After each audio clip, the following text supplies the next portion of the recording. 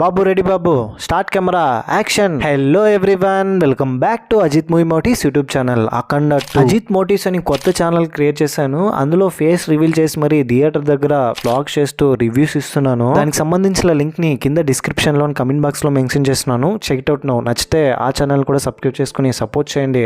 అఖండ రివ్యూని కూడా ఇచ్చాను షార్ట్ గా. ఇంకా అఖండ 2 తాండవం విషయానికి వస్తే మూవీ అయితే ర్యాంప్ ఆడిచ్చింది. ప్యూర్ బోయా మాస్ అంతే. ఇంకా ఏ మాత్రం లేట్ చేయకుండా నేనైతే మూవీలో వెళ్ళిపోతాను. అంతకంటే ముందు స్పాయిలర్స్ ఉంటాయి. Spoiler alert. చిన్న లైక్ అండ్ స్మైల్ తో వీడియోని స్టార్ట్ చేసేయండి. Thank you. మూవీ ఓపెన్ అవగానే అఖండ పార్ట్ 1 చూసారు కాబట్టి అఖండ క్యారెక్టర్ పై మీకు ఒక ఐడియా ఉంటుంది.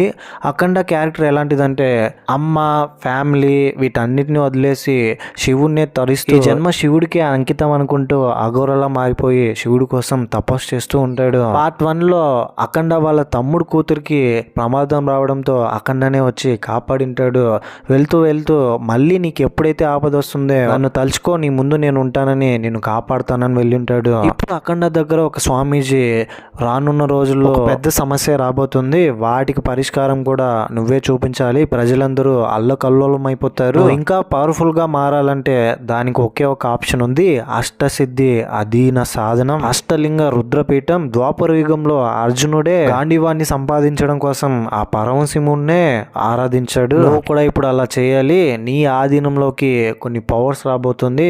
అలా చేయాలంటే నువ్వు ఇప్పుడు శివుణ్ణి ఆరాధించాలని ఒక ప్లేస్ లో వెళ్ళి కొన్ని రకాల పూజలు చేసి నిలబడిమని శివుణ్ణి ఆరాధించమంటారు. ఫుల్ కాన్సన్ట్రేషన్ తో అఖండ అలాగే నిలబడి శివుణ్ణి ఆరాధిస్తూ ఉంటాడు. ఇప్పుడే అఖండ మూవీ టైటిల్ కార్డ్ పడుతుంది. కట్ చేస్తే అక్కడ ప్రజలందరూ హ్యాపీగా ఆటలు పాటలు అనుకుంటూ ఎంజాయ్ చేస్తుంటారు. అయితే సడన్ గా వాళ్ళందరినీ కొంతమంది షూట్ చేసేస్తారు. ఎవర్రా అని చూస్తే వాళ్ళ దేశానికి సంబంధించిన ఆర్మీ జనరల్ చాంగు వాళ్ళ మనుషులందరూ షూట్ చేసి చంపుతున్నారు. ఈ చాంగు చాలా క్రూరమైన వాడు. వాళ్ళ దేశం కోసం బార్డర్ లో ఉన్న వాళ్ళందరినీ షూట్ చేసి చంపేసేవాడు. అందువల్ల అక్కడ ఉండే ఒక ఆర్మీ ఆఫీసర్ చాంగుని పదవిలో నుంచే తీసేయాలని వాళ్ళ గవర్నమెంట్ ఆఫీసర్స్ కి లెటర్ పంపిస్తాడు. వీలైనంత తొందరగా చాంగుని తీసేసి వేరొక మంచి ఆఫీసర్ ని గనక హైర్ చేయకపోతే మేము ఇండియాకి వెళ్ళిపోతామని చెప్పడంతో ఇంకా చాంగుకి కోపం వస్తుంది వాళ్ళందరి మీద. చాంగు వాళ్ళ తాతలు ముత్తాతలు అందరూ వాళ్ళ దేశం కోసం పోరాడుతూ ఉంటారు. వాళ్ళకి ఇండియా అంటే అసలు నచ్చదు, ముఖ్యంగా చాంగుకి. ఇన్ఫాక్ట్ బార్డర్ లో ఉన్న వాళ్ళందరినీ చంపడానికి కారణం కూడా ఇండియాకి వెళ్తున్నారని వాళ్ళకి సపోర్ట్ చేయడం వల్లే. అయితే ఒకరోజు సడన్ గా చాంగుకి ఒక ఫోన్ కాల్ వస్తుంది, అర్జెంట్ గా వాళ్ళ ఆర్మీ ఆఫీస్ కి రమ్మని. వెళ్ళిన తర్వాత చాంగుకి తెలిసి వచ్చేది ఏంటంటే అతను కొడుకుని ఇండియాలో బార్డర్ లో ఉన్న ఆర్మీ వాళ్ళు చంపేశారని. దీంతో నాకు ఒక వారసుడు కూడా లేకుండా చేశారు ఆ ఇండియా వాళ్ళని. ఇంకా ఇండియా మీద పగ పెంచుకుంటాడు, ఎలాగైనా ఇండియాని నాశనం చేయాలనే మోటివ్ తో ఉంటాడు. ఇది ఒకరి వల్లే సాధ్యమని తెలుసుకుని ఇంతకు ముందు ఆర్మీ జనరల్ గా ఉన్న ఒక సీనియర్ ఆఫీసర్ దగ్గరికి వెళ్ళి కలుస్తాడు. చాంగుని చూసి ఆ సీనియర్ ఆఫీసర్, ఇండియాని మనం నాశనం చేయాలంటే మనకున్నది ఒకే ఒక దారి, అదేంటంటే ఇండియాని మనం నాశనం చేయాలంటే ఫస్ట్ వాళ్ళ నమ్మకాలని నాశనం చేయాలి, వాళ్ళకున్న భక్తిని పోగొట్టాలి, వాళ్ళు బ్రతికినా చచ్చినా అది దేవుడు వల్లే అని అనుకుంటారు. దీని మీద వాళ్ళకి నమ్మకం పోగొడితే చాలని భగవద్గీతను చూపించి వాళ్ళ ధైర్యాన్ని, వాళ్ళ నమ్మకాన్ని, భక్తిని గనక మనం నాశనం చేసి వాటిపై ఉన్న బిలీఫ్ ని గనక మనం పోగొడితే మన పని సగం అయిపోయినట్టు అని చెప్తాడు. కట్ చేస్తే ఆంధ్రాలో శాంతిపురం అనే ఒక ఏరియాలో అక్కడున్న ఎమ్మెల్యే వాళ్ళ మనుషులందరూ కలిసి మొత్తం గంజాయి పండిస్తూ అవినీతికి పాల్పడుతూ ఉంటారు. గవర్నమెంట్ ఆఫీసర్స్ అందరూ ఆపడానికి వెళ్తే వాళ్ళనే కొట్టి పంపిస్తారు. దీంతో ఈ విషయం తెలుసుకున్న పిఎం ఆఫీస్లో ఉన్న వాళ్ళు పిఎంతో సహా ఎలాగైనా వీటిని ఆపాలని అనుకుంటూ పిఎం సెక్రటరీకి చెప్తే తను దీనికి ఒకే ఒక అతను కావాలి, అతనికి ఇప్పుడు ఫోన్ చేస్తున్నానని బాల మురళీకృష్ణకు ఫోన్ చేసి చెప్తుంది. శాంతిపురం ఎమ్మెల్యే దగ్గరికి ఫుల్ ఫైర్ తో గేట్ ని బద్దలు కొట్టుకుంటూ ఒక జీప్ వస్తుంది. జీప్ లో నుంచి బాలయ్య గారి ఎంట్రీ. వాళ్ళందరితో ఫైట్ చేసి గాల్లో వాళ్ళందరినీ కొట్టి అతని మాస్ అని క్లాస్ చూపించి, క్లాస్ ఎక్కడలేండి ఊర మాస్ అదే, వాళ్ళని బెదిరించి ఎమ్మెల్యేని కొట్టి అతనికి కర్ణాటకలో ఒకడు, తమిళనాడులో ఒకడికి కనెక్షన్ ఉంటుంది. వాళ్ళందరినీ అక్కడికి తీసుకొచ్చి ఇక్కడ నుంచి ఎవరు గంజాయి పండించకూడదు, సప్లై చేయకూడదు అని మాస్ వార్నింగ్ ఇచ్చి అన్నిటినీ ఆపేస్తాడు. ఇది తెలుసుకున్న పిఎం సెక్రటరీ వీళ్ళందరూ చాలా హ్యాపీగా ఫీల్ అవుతారు.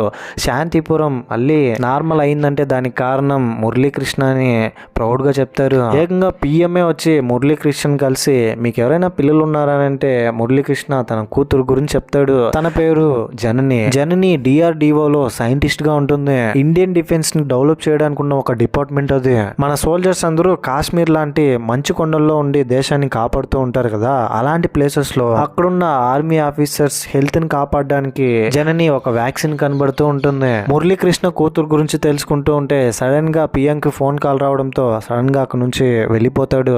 ఇంకోవైపు ఆర్మీ జనరల్ చాంగు చైనాలో నుంచి వచ్చి ఇక్కడ పిఎం కి ఆపోజిట్ గా ఉన్న అజిత్ ఠాగూర్ ని కలుస్తాడు. ఠాగూర్ వాళ్ళ నాన్నకి పిఎం కావాలని ఒక కోరిక ఉంటుంది, కానీ ఆ కోరిక నెరవేరక ముందే చనిపోతాడు. దాంతో ఠాగూర్ పిఎం అవ్వాలని చాలా ట్రై చేస్తుంటాడు, కానీ కుదరట్లేదు. చాంగుకేమో ఇండియాని భయపెట్టాలి, ఠాగూర్కేమో ఇండియాని ఏలాలి. అందుకనే ఇద్దరు ఒకటయ్యి ఒక డీల్ మాట్లాడుకుంటారు. ఇండియాలో కోట్ల సంఖ్యలో భక్తులు చేరే మహాకుంభమేళలో గనక నదిలో మీరు పెట్టుకున్న వైరస్ ని గనక కలిపేస్తే అందులో స్నానం చేసిన వాళ్ళందరి మీద వైరస్ ఎఫెక్ట్ చూపించి ముక్కులో నుంచి రక్తం వచ్చి స్ప్రో కోల్పోయి కింద పడిపోతారు. మురళీకృష్ణ కూతురు జనని పుట్టినరోజు కావడంతో తన ఫ్రెండ్స్ తో పాటు వెంటర్ అర్చనను కూడా తీసుకొస్తుంది. అర్చన ఊరికి వచ్చిన తర్వాత మురళీకృష్ణను చూసి ఇంప్రెస్ అయ్యి వాళ్ళ అలవాట్లు ఫ్యామిలీ మెంబర్స్ అందరిని చూసి ఫిదా అయిపోతుంది. ఆ రోజు రాత్రి మందు తాగుతూ ఉంటే వాసన కనిపెట్టిన మురళీకృష్ణ వెళ్ళి నాకు కూడా కొంచెం ఇస్తారని ఇద్దరు మందు షేర్ చేసుకొని తాగుతారు. ఇంతేనా మీ కూతురు పార్టీ, బర్త్డేకి ఏం లేదనగానే దుమ్మలేమో అద్దరిపోయా సాంగ్ వస్తుంది. చాలా హ్యాపీగా ఉంది నాకు మిమ్మల్ని కలవడం అని. పార్టీ అంతా అయిపోయిన తర్వాత అర్చన అక్కడ నుంచి వెళ్ళిపోతుంది. ఆ తర్వాత మహా కుంభమేళ జరుగుతుంది. అందులో వైరస్ కలిపేసి వెళ్ళిపోతారు. వచ్చిన ప్రజలందరూ అందులో స్నానం చేస్తారు. స్నానం చేసిన కొంతసేపటికే ఆ వైరస్ వాళ్ళ మీద ఎఫెక్ట్ చూపిస్తుంది. ఒక్కొక్కరు కింద పడిపోతున్నారు.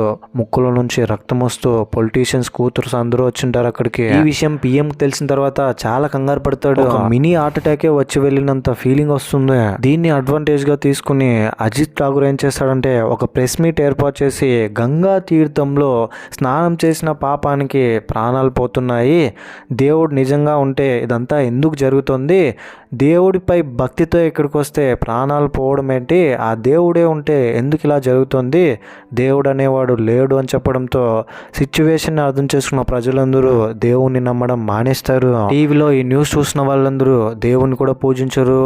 గుళ్ళో కూడా దేవుడు లేడు, మీరు ఒకవేళ నిజంగానే ఉంటే ఈ చావులన్నిటినీ ఆపండి అని తలుపులంతా క్లోజ్ చేస్తారు. అప్పుడే మళ్ళీ మీకు వచ్చి పూజలు చేస్తామని వరుసగా వైరస్కి ఎఫెక్ట్ అయిన వాళ్ళందరూ చనిపోతూ వస్తున్నారు.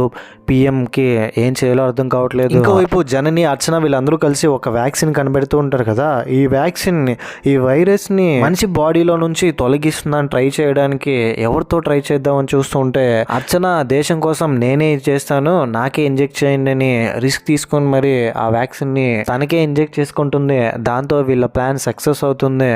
ఈ వ్యాక్సిన్ ఆ వైరస్ ని పోగొట్టి పేషెంట్స్ లో ఇమ్యూనిటీ పవర్ ని పెంచుతుంది. ఈ విషయం తెలుసుకున్న పిఎం చాలా హ్యాపీగా ఫీల్ అయ్యి అర్జెంట్ గా ఈ వ్యాక్సిన్ ని ఎక్కువ ప్రొడ్యూస్ చేసి జనాల్ని కాపాడాలన్న మోటివ్ తో ఆర్డర్స్ పాస్ చేస్తాడు. ఈ లోపే ఠాగూర్ కి విషయం తెలిసి వాళ్ళ మనుషులు పంపించి ల్యాబ్ మీద అటాక్ చేయిస్తాడు.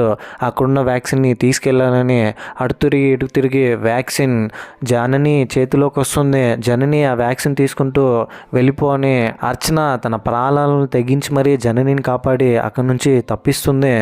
జననిని ఠాగూర్ మనుషులు వెంటాడుతూ వెళ్తారు. ఒక ప్లేస్కి వెళ్ళేసరికి జననిని ఎవరూ కాపాడలేని పరిస్థితి.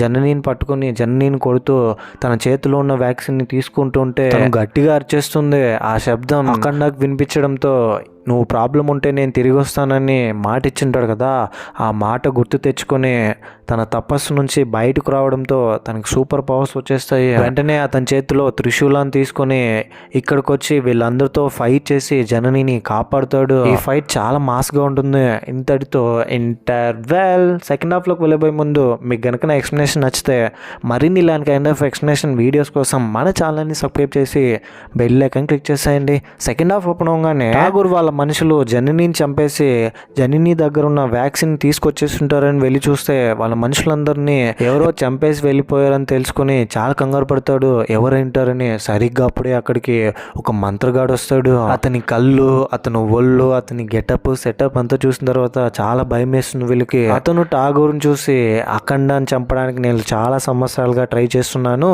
నాకు చాలా శక్తులు వచ్చాయి ఇప్పుడు అని జరిగిందంతా చెప్తాడు. ఠాగూర్ వాళ్ళ నాన్నకి అతనికి సంబంధం ఉందని. ఠాగూర్ వాళ్ళ నాన్న పిఎంని చంపేసి అతను పిఎం అవ్వడానికి పిఎం వెంట్రుకలను తీసుకొని ఈ మంత్రగాడి దగ్గరికి వెళ్ళినట్టు, వెంట్రుకలను చూసిన తర్వాత మంత్రగాడికి అతనికి మనుషుల సపోర్ట్ ఉండడంతో, శివుడి భక్తుడు కావడంతో, శివుని ఆగ్రహం కూడా అతని మీద ఉండడంతో 8 మంది బ్రాహ్మణులు చిన్న పిల్లల్ని బలి ఇవ్వాలని ఒక పెద్ద పూజ ఏర్పాటు చేస్తూ ఉంటాడు.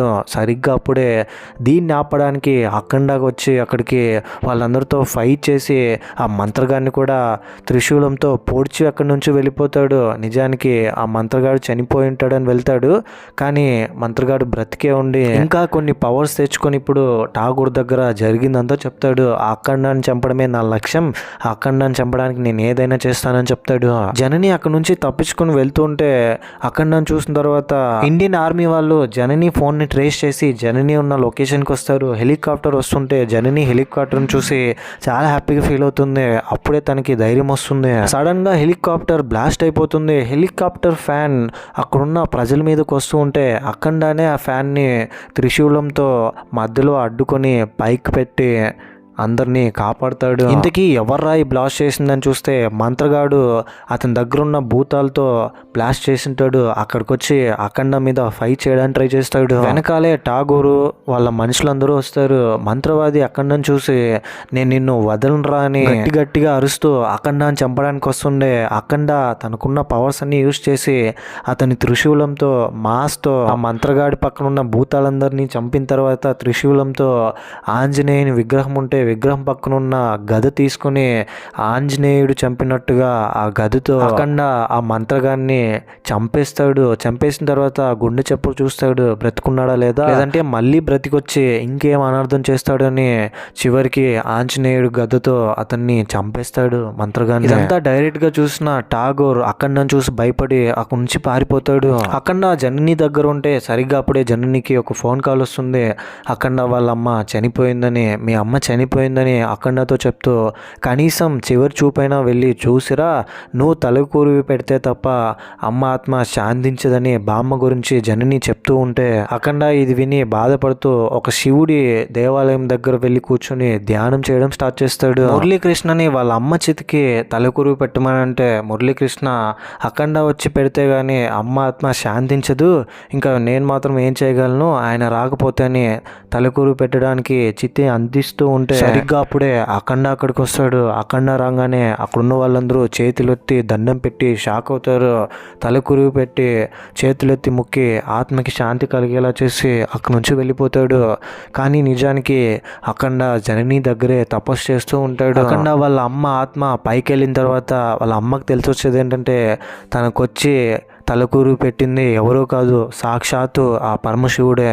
ఆ పరమశివుడు అమ్మ ఆత్మతో మాట్లాడుతూ నీ కొడుకు నా కోసం ఎంత చేశాడు, అతని జీవితాన్నే నాకు అంకితం చేశాడు, అలాంటి నా భక్తునికి నేను ఏమిచ్చి రుణం తీర్చుకోగలను, తల్లి చివరి కోరికైనా నేను తీర్చగలుగుతానంటే నేను వచ్చి ఎందుకని అఖండ రూపంలో నీ కోరికను తీర్చకూడదు అనిపించింది, అందుకనే వచ్చి తలకురు పెట్టి నీ ఆత్మకి శాంతి కలిగేలా చేశానని సాక్షాత్తు ఈశ్వరుడే అమ్మ ఆత్మతో మాట్లాడతాడు. అఖండ వచ్చి తలకురు పెట్టాడని జననికి ఫోన్ చేసి వాళ్ళు చెప్పడంతో అక్కడే అఖండ కనిపించడంతో అఖండను చూసి చేతులెత్తి దండం పెట్టేస్తుంది. అండ్ ఇంకో విషయం ఏంటంటే ఇంతకు ముందే అఖండ అక్కడున్న వాళ్ళందరికీ దేవుడు ఉన్నాడని మీరందరూ నమ్మాలి, సనాతన ధర్మాన్ని మీరందరూ ఆచరించాలని అక్కడున్న వాళ్ళందరినీ మోటివేట్ చేస్తాడు. దేవుడు నీలోను నాలోను అందరిలోనూ ఉంటాడు, మనం ఆ ధర్మాన్ని కాపాడితే ఆ దేవుడు కూడా మనల్ని కాపాడుతాడని. ఇంకోవైపు చైనా ఆర్మీ జనరల్ చాంగు దగ్గరికి అఖండను చూసి పారిపోయిన ఠాగూర్ వెళ్ళి అఖండ గురించి చెప్తే దేవుడు లేదని నేను ఇదంతా చేయడం స్టార్ట్ చేశాను, కానీ ఆ దేవుడే నాకు కనిపించాడు, పరమశివుడే ఇదంతా ఆపడానికి ట్రై చేస్తున్నాడు అని చెప్పడంతో చాంగుకి ఇంకా కోపం వస్తుంది ఠాగూర్ మాటలు విని. అండ్ కైలాసం గురించి చెప్పడంతో కైలాసంలో నిజంగానే దేవుడు ఉన్నాడని చెప్పడంతో ఏంటి కైలాసంలో దేవుడు ఉన్నాడా, ఆ కైలాసం ఉన్న ప్లేస్లో నేను దాడి చేస్తానని వాళ్ళ మనుషులు తీసుకుని చాంగు అటాక్ చేయడానికి వెళ్తాడు పెద్ద పెద్ద గన్స్ని తీసుకుని. సరిగ్గా అప్పుడే అఖండ అఖండ అక్కడికి ఎంట్రీ ఇస్తాడు.